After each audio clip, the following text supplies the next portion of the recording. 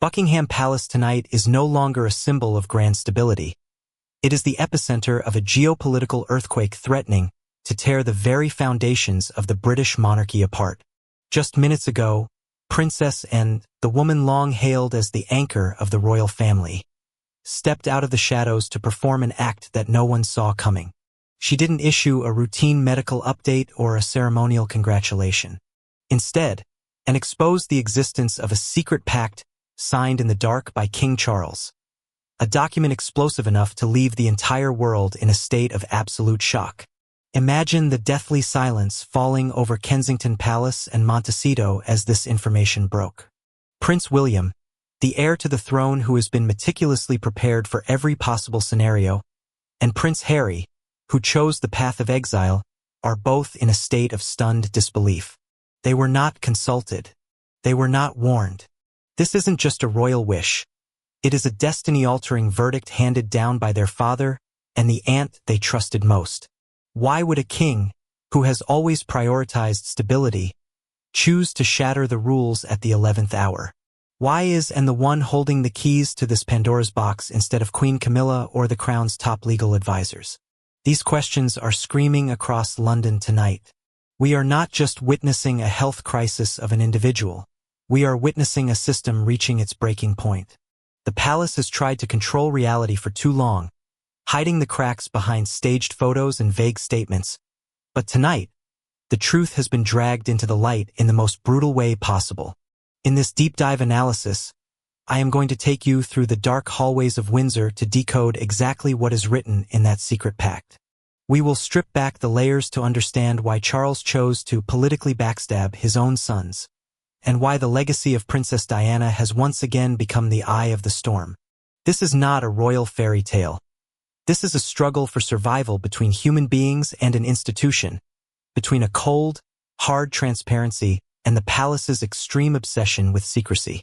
Do not look away, because what you are about to hear isn't just news. It is a confession from a monarchy forced to face the fact that it could crumble at any moment. To understand the full gravity of tonight's revelation, we must look beyond the polished stone of Buckingham Palace and into a decades-long pact forged in total secrecy. Not all royal alliances are announced with trumpets and heraldry. The most powerful ones are often signed in the dim light of private chambers, away from the prying eyes of the press and even the king's own children. For years, Princess Anne has been the silent guardian of a document that Charles drafted not as a formal decree, but as a survival manual for a family he saw splintering before his very eyes. This secret pact wasn't born out of a routine administrative update. It was born out of a deep institutional panic. Behind the forced smiles at state banquets and the rehearsed waves from the balcony, Charles knew the institution was changing. He saw the rising skepticism of a modern public and the irreparable emotional fissures between William and Harry. He feared that once the crown passed, it wouldn't be a symbol of unity, but a catalyst for civil war within the House of Windsor. And, the ever-loyal sister and the only member of the inner circle who values duty over optics, was chosen as the sole keeper of this pact. For months, the palace has maintained a wall of silence so thick it felt suffocating. Scheduled engagements were cancelled without explanation. Photos were scrutinized for signs of staging, and every time the public asked for transparency, they were met with the same cold, robotic line: privacy, space, recovery. But we now know that this silence wasn't about recovery, it was about management. It was a desperate attempt to control reality until the moment Charles decided the mask had to fall. The consequences of this pact are unraveling faster than the palace machine can spin them. This isn't just about the health of a king. It's about a father who realized too late that the institution he dedicated his life to was effectively eating his family alive. Charles has spent a lifetime following protocol, but in this final act, he has chosen to bypass every rule, every advisor, and every precedent to force a reckoning. As the brothers stand in the fallout of this exposure, the question isn't just why they were kept in the dark, but what Charles saw in their rivalry that made him realize he couldn't trust them with the truth until now. The secret pact, according to sources who have glimpsed its contents, reads less like a royal decree and more like a devastating confession. It is not a document focused on the cold procedures of succession or the rigid hierarchy of the crown. Instead, it is a revolutionary manuscript anchored in a desperate plea for healing. Charles has effectively thrown a torch into the space between his sons and dared them to pick it up together, rather than competing for a throne that he believes is currently hollow. The language within the wish is described as unprecedented and institutionally shattering. Instead of formal royal prose, it carries a tone of raw, human vulnerability that the palace machine has spent decades trying to suppress. Phrases such as "the crown must heal before it leads" and "forgive before you reign" point to a profound shift in Charles's final philosophy, a belief that the monarchy cannot survive the 21st century if it continues to prioritize image over the truth of its own internal fractures. Most astonishingly, Charles has reportedly refused to name William as the sole heir in this private pact. While he does not officially remove him from the line of succession, the document makes it clear that until a new crown charter is co-authored by both brothers, no heir is truly fit to reign. This is a massive deviation from expected royal duty, placing a heavy emotional condition on William's direct path to the throne, a path he has spent his entire life preparing for. Buried within the ink is also a cryptic reference to a truth from 1997, a direct and devastating nod to the legacy of Princess Diana. Insiders believe Charles has finally admitted his failure to protect his sons from their childhood pain, prioritizing the preservation of the institution over their mental survival. By entrusting Princess and as the moral guardian of this pact, Charles has not only sidestepped his heirs, but has elevated his sister as the only person capable of holding the family's soul together. As the brothers reel from these words, they are realizing that their father didn't just write a will. He wrote a reckoning that forces them to face the very wounds they have spent years trying to ignore. While Prince William processed the revelation in a wall of silence, Harry's reaction was anything but quiet. Within hours of the secret pact being exposed, private tensions erupted into a public spectacle that the palace machine could no longer contain. Witnesses at Heathrow couldn't believe their eyes as Prince Harry, visibly shaken and clutching a duffel bag like a lifeline, was seen arriving in London. Rumors suggest his return wasn't a choice, but a response to a private, handwritten letter from Princess and a summons from the Keeper of Truths. Back in Montecito, the atmosphere had grown heavy. As Anne's announcement aired, insiders described Harry as being in a state of emotional devastation, locking himself away for hours. Meghan reportedly urged restraint, advising him not to walk into another trap, but Harry's instincts screamed louder. Anne's note had been cryptic but piercing. "There is more you deserve to know. Come home." This was no longer a matter of royal protocol. It was a call to face a history that had been unfinished since 1997. As Harry landed, the palace issued a no-comment directive, but the eerie calm only fueled the storm. Meanwhile, Kensington Palace was in a state of total lockdown. Prince William remained conspicuously absent from the public eye, calculating every move with laser precision while isolated at Sandringham. Staff were given emergency discretion, and Catherine reportedly cancelled engagements without explanation as the family prepared for an unseen collision. The dilemma for William is no longer about the throne. It is about a profound sense of betrayal. For a man raised on the bedrock of duty and transparency with his father, finding out that the most defining document of the future was hidden with his aunt is a shattering blow. Behind those closed doors, the trust in the House of Windsor hasn't just been broken, it has been pulverized. William isn't just mourning his father's health. He is mourning a future he thought was certain, one where his father had chosen him without the heavy, emotional conditions now laid bare by Anne. In the drawing room of Balmoral, a royal crisis meeting unfolded with no media, no advisors, just blood. And William and Harry stood together in a room where the air was thick with resentment and unfinished wounds. This was the moment the secret pact was no longer a rumor, but a physical reality contained within a sealed folder. What transpired over those 2 hours remains one of the most closely guarded royal encounters in modern history, but the leaked fragments are explosive. Anne began the session not with her own voice, but by pressing play on a short, grainy video message King Charles had recorded just weeks before his health began to visibly decline. His voice was clear and pleading, "Don't make my ending your new beginning of war." He admitted that he had failed them as a father and a king, prioritizing the institution over their childhood pain, and warned that if they carried this feud forward, they would fail the crown and their own children. For a moment, the room was still, and then the storm erupted. William and Harry clashed in a verbal battle that had been simmering for years. William argued that their father's message was a call to stability, insisting that the monarchy could not survive a split vision or a diluted legacy. Harry, his voice shaking with anger, snapped back, accusing William of hiding behind the palace structure to avoid personal responsibility. "He's asking us to rebuild, not repeat. You don't rebuild by clinging to power."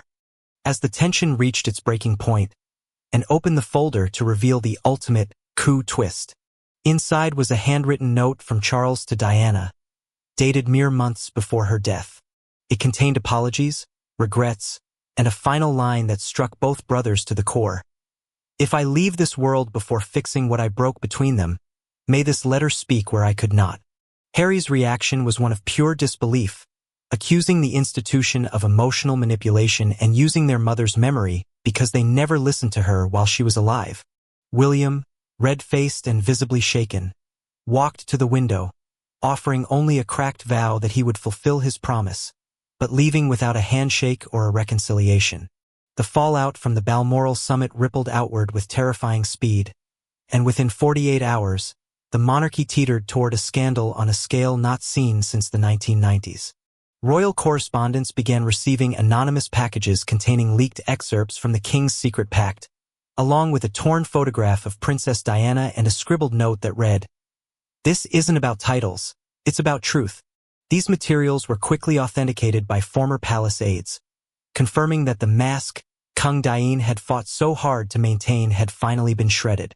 The media erupted into chaos as phrases once confined to hushed palace hallways, "a crown divided," "sons in exile," and "the king's secret keeper," were splashed across the global front sample. However, the mention of a potential second codicil sent the most violent shockwaves through the public. Speculation surged that Charles had kept a letter from Diana hidden for decades, only to tether it to his own final words as a way to force his sons into a reconciliation they weren't ready for. The image of the torn photograph reflected a house of Windsor that was fractured and haunted by a woman whose presence still loomed larger than the throne itself. Public sympathy did not flow toward the crown, but toward Princess Anne, who was now seen not as a strategist, but as a sacrificial lamb trying to contain an implosion. Across the Atlantic, Meghan Markle broke her silence with a cryptic Instagram post.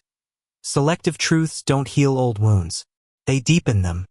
This ignited a social media firestorm, with many questioning if Harry was being set up, or if this was the start of a new campaign to wrestle control of the narrative from the palace machine.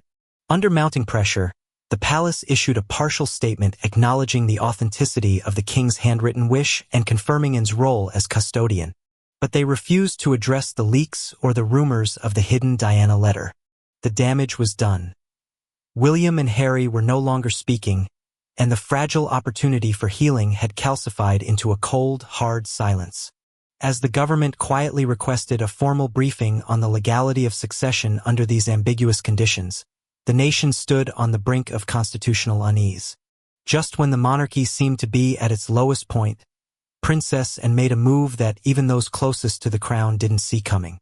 Appearing on the palace balcony, flanked by neither William nor Harry, she held a sealed velvet box that sent speculation into a fever pitch. Seasoned royal watchers expected a traditional nod to continuity, but Anne stepped forward with something far more symbolic. King Charles's personal signet ring, the one he had worn in private, signifying that he had entrusted her with a burden no royal had carried before. With measured clarity, Anne announced a royal directive that was unlike any issued in modern memory. She revealed that William and Harry were each given a strict 30-day deadline to honor their father's final wish. This meant they had to acknowledge the secret pact, come together to begin drafting the new Crown Charter, and publicly affirm their willingness to move forward as a united front, rather than separate factions.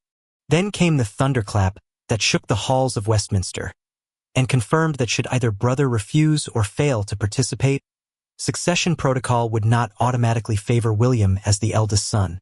Instead, the monarchy would revert to a rarely discussed fallback plan, drafted in the aftermath of Diana's death. A legal pathway that placed institutional stability over bloodline. While many believed this plan was purely theoretical, Anne's confirmation that it was real turned the situation into a ticking clock for the heirs. Public sentiment erupted in a wave of admiration for Princess Anne. Long viewed as the monarchy's stoic warrior, she had unexpectedly become its moral compass, praised for her courage to act without fear of consequence. But behind the scenes, the emotional stakes reached an excruciating level. William and Harry were no longer being asked just to wear a crown. They were being asked to prove they deserved it through character rather than lineage. The old way of doing things had been broken, and the brothers were cornered by a choice they could no longer delay. Just one day before the deadline set by Princess Anne was to expire, Prince William made a surprise appearance that caught the palace press corps entirely off guard. He didn't arrive with the usual royal fanfare or a phalanx of advisors. He stepped before the cameras alone, solemn, and carrying a folded document that represented the most significant gamble of his life. In a voice steadier than the chaos surrounding him, William uttered words that no heir in modern history had ever dared to say, "For my father, for my brother, for Britain." This wasn't a resolution in the traditional sense. It was a radical redefinition of what it means to lead. William revealed that he had spent his isolation drafting a response to the king's secret pact, but he didn't present it as a finished decree. In his hand was the new Crown Charter, a document that bore only his signature, but with a glaring, intentional blank space beside it, left open for Harry. It was a masterstroke of emotional and political strategy. He acknowledged the deep division between them without fueling the fire, essentially telling the world, and his brother, that the future of the monarchy was incomplete without him. In a move that shocked constitutional scholars, William then publicly affirmed Princess Anne as the official regent of values. He stated that she would act as the caretaker of the institution until unity was achieved, not by royal appointment, but by earned consensus between the two brothers. By doing this, William did not crown himself. He effectively suspended his own power in favor of moral integrity. It was a moment of profound humility that bypassed the palace spin and spoke directly to a public that was tired of rigid ceremony. The blank space on that document became the most powerful image in the world overnight. It wasn't just a space for a signature. It was a space for a choice. William was no longer hiding behind protocol. He was standing in the open, vulnerable, having fulfilled his father's wish by creating a path for reconciliation, yet refusing to force Harry's hand. He had shifted the burden of the monarchy's survival from a matter of lineage to a matter of character, leaving Harry and the world to wonder if the exiled prince would finally come home to claim the space left for him. As William's blank space broadcast echoed across the Atlantic, the focus shifted back to the quiet, sun-drenched hills of Montecito, California. But for Prince Harry, that sunshine had turned into a cold, clinical glare of global expectation. William hadn't just made a speech. He had placed Harry in an impossible psychological corner. To remain silent now would be seen not as a pursuit of privacy, but as a rejection of a father's dying plea for healing. Insiders close to the Sussexes describe a house in strategic lockdown. The dilemma Harry faces is no longer about titles or security. It is a choice between the identity he has built in exile and the unsolved mystery of his past that Charles buried in the secret pact. Anne's revelation about the truth from 1997 is the ultimate bait. For a man who has spent a lifetime haunted by the loss of his mother, the possibility that his father held a final message or a hidden truth about Diana's final days is a pull stronger than any Hollywood contract or commercial deal. The pressure from Meghan is reportedly firm. She sees the new Crown Charter as a gilded cage, a way for the institution to pull them back into a system that once broke them. Her cryptic message about selective truths was a warning shot, a reminder that the palace is a master of emotional manipulation. But Harry is no longer just a spare. He is the missing piece of a puzzle that the entire British public is watching him solve. If he signs that charter, he accepts a shared responsibility with the brother he hasn't spoken to in months. If he refuses, he risks being the man who let the king's final wish die in the shadows. Behind the scenes, Legal channels between Montecito and Princess and remain open, but the clock is ticking. This isn't just about a signature. It's about Harry's pride versus his desire for closure. William has played the ultimate card of humility, leaving his own power in suspense. Now, the world is waiting for Harry's next move. Will he continue to fight the institution from the outside, or will he realize that the only way to truly heal the crown is to step into the blank space his brother left for him? As the countdown clock on Princess Anne's royal mandate reaches its final seconds, the world is witnessing more than just a family dispute. We are witnessing the birth of a new kind of monarchy. The secret pact, once a source of absolute terror for the palace machine, has become the catalyst for an evolution that no one thought was possible. Whether Harry signs that blank space or continues his life in Montecito, the House of Windsor has already been fundamentally altered. The mask of rigid, cold perfection has been traded for something much more dangerous and much more human. The truth. This final reckoning is Charles's ultimate legacy. He didn't want his sons to inherit a crown that was a lie. He wanted them to inherit a mission of healing.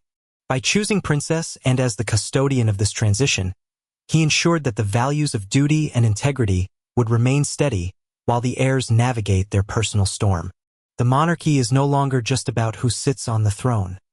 It is about whether those who sit there have the courage to face their own history. The story of the secret pact is far from over. As William stands ready to lead and Harry weighs the weight of his mother's hidden truths, the British public and the world are no longer just passive observers. We are the witnesses to a historic turning point. This is the moment where protocol died and humanity took its place. The crown has bent, and in doing so, it may have finally found a way not to break. Thank you for joining me on this deep dive into the most significant royal crisis of our time. The palace gates may be closed, but the conversation has only just begun. Do you believe William's blank space is a genuine olive branch or a masterclass in PR? And can the monarchy truly survive this level of transparency? Drop your thoughts in the comments below. I read every single one. Don't forget to hit that subscribe button and turn on notifications, because this story is developing by the hour, and you won't want to miss what happens next. Until then, remember, the crown is heavy, but the truth is heavier.